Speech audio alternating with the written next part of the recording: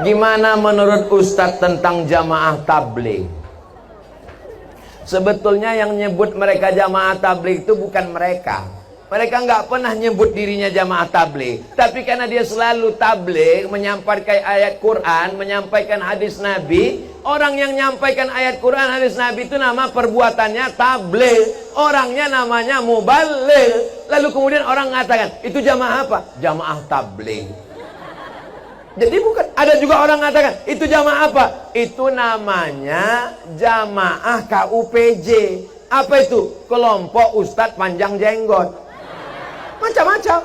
Ada juga yang mengatakan itu jamaah kompor. Karena kemana-mana bawa kompor. Maka ini perlu ditelusuri ceritanya. Ceritanya agak panjang sedikit. Kalau saya urutkan, mungkin menjelang azan subuh. Siap?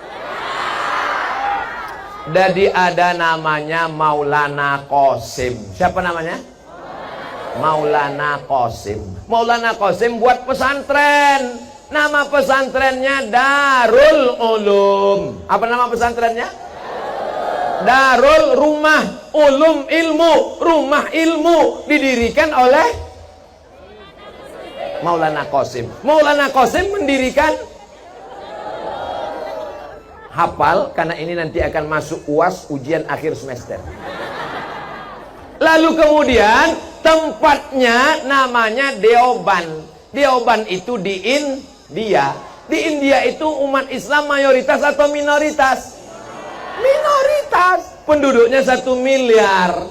Umat Islam memang banyak, 300 juta. Tapi saudara kita yang non muslim 700 juta. Nggak bisa sembarangan tabligh akbar begini. Kita bisa tabligh akbar ini kan karena mayoritas, betul? Kalau minoritas jangan tabligh akbar, masuk aja nggak bisa.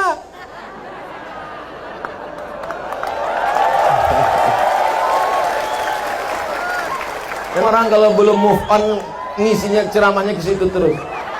Nah, lalu karena nggak bisa tabligh akbar, nggak bisa pengajian meriah begini, salah satu santrinya namanya Maulana Ilyas. Siapa namanya?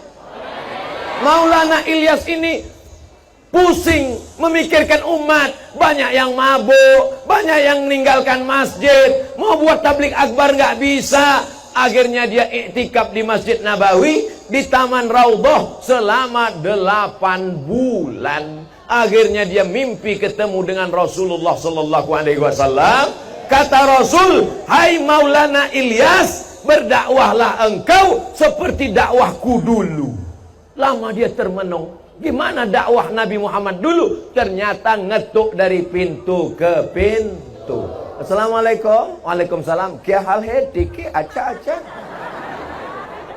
Kya hal hai artinya saya. Tiki artinya bi khair walhamdulillah. Lalu dia tanya, jadi mereka begitu pintu ke pintu. Makanya ciri jamaah tabligh itu dia tidak model rame-rame, tapi datang pintu ke pintu. Assalamualaikum Pak Haji. Waalaikumsalam. Ayo ke masjid sholat Pak Haji. Kamu belum lahir, saya sudah haji.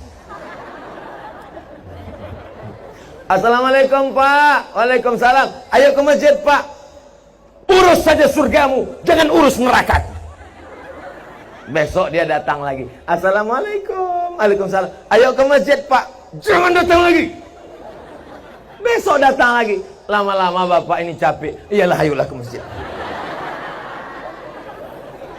Jadi inilah asal usul dakwah, namanya Maulana Ilyas. Dilanjutkan oleh Maulana Zakaria Kandahlawi yang menuliskan kitab Fadail A'mal. Itulah yang dikaji. Jadi kalau kita lihat jamaah tabligh ini berkembangnya di India, mengajak orang untuk menghidupkan masjid, berdakwah, menghidupkan sunnah-sunnah Rasulullah Sallallahu Alaihi. Menurut saya jamaah tabligh itu sesat, Pak Ustadz. Sesatnya di mana? Karena pakai jenggot. Nabi Muhammad juga berjenggot. Nabi Muhammad berjenggot? Iya. Ustadz kenapa nggak berjenggot? Belum tumbuh. Masalah jenggot jangan kelahi. Yang sudah jenggot, alhamdulillah. Yang belum jenggot, nggak apa-apa. Jangan kelahi masalah jenggot. Ini banyak orang kelahi. Yang lihat temannya berjenggot, aku ngelihat kamu pakai jenggot kayak kambing. Dia emosi. Aku kau bilang kambing, iya. Kamu nggak berjenggot kayak anjing. Akhirnya berantem hanya gara-gara bulu. Saya nggak senang dengan jamaah tabligh. Kenapa? Karena bersorban. Loh, ulama-ulama kita dulu juga bersorban. Saya nggak senang karena mereka pakai siwak. Loh, siwak itu kan sunnah. Adapun masalah iktikaf di masjid, maka dimusyawarahkan. Wa amruhum syura bainahum, supaya jangan terjadi konflik di tengah masyarakat. Paham? Ngerti? Baik.